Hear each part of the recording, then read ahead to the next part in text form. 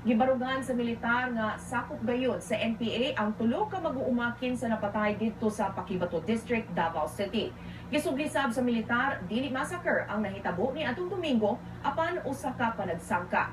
Mato ni 10th Infantry Division Commander Major General Eduardo Anyo, nagpositibo sa gunpowder burns ang tulo ka napatay nga mag-uuma. Timailhan kini nga mipabuto gayud og armas ang giingong mga biktima. Dugang ni Anyo, bag-ong sakop sa NPA si Gary Kimbo, samtang usa ka low-ranking cadre si Randy Carna. Gitumbok sab sa militar si Tribal Chieftain Dato Ruben Endog na maoy responsable sa pagpang-recruit sa 7 ka natibo sa Paquibato alang sa NPA. Tungod ni ini gihukasan si Enlog pagka-tribal chieftain sa Paquibato nunod sa koneksyon ni ini ngadto sa NPA. Yung tatlo na to ay miyembro ng People's Army.